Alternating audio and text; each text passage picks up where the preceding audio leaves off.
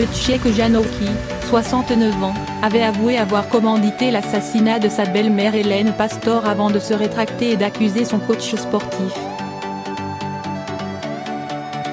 Continuera-t-il à clamer son innocence devant la cour d'assises? Il lui fallait un ténor.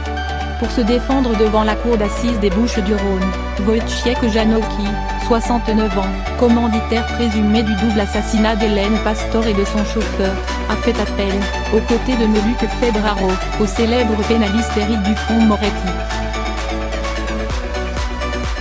C'est que la partie s'annonce rude pour le gendre de la milliardaire monégasque, dont les protestations d'innocence, après des aveux rétractés, n'ont guère convaincu le juge d'instruction.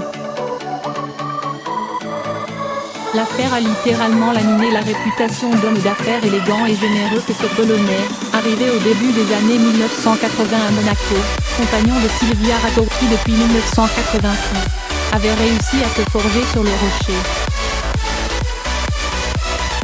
Oui, j'ai commandité ce meurtre, déclare Wojciech Janowski en garde à vue ce 24 juin 2014, en expliquant avoir voulu libérer sa compagne, la fille aînée d'Hélène Pastor, du harcèlement d'une mère tyrannique.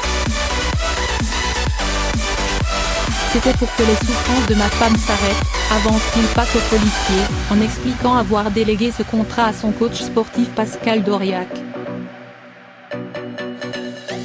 3 mois plus tard, devant le juge d'instruction, l'ex-consul honoraire de Pologne à Monaco revient sur ses aveux.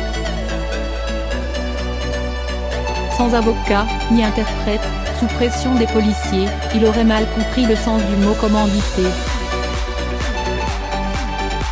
J'étais tellement apeuré que j'ai été forcé d'admettre, avance-t-il.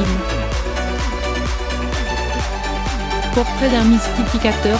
Depuis, le sexagénaire n'a cessé de clamer son innocence, se présentant comme la victime d'une opération d'extorsion de fonds du coach sous prétexte de protéger sa famille, prétendument menacée d'un projet de kidnapping.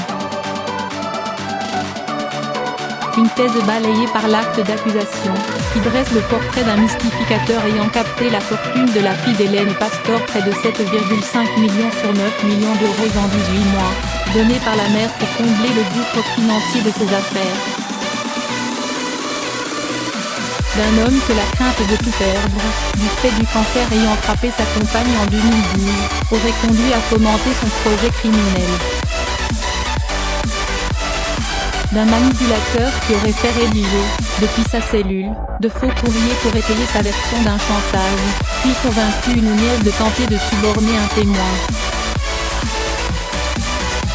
Comme les 9 autres accusés, Wojciech Janowski sera invité à prendre la parole une première fois ce lundi après-midi.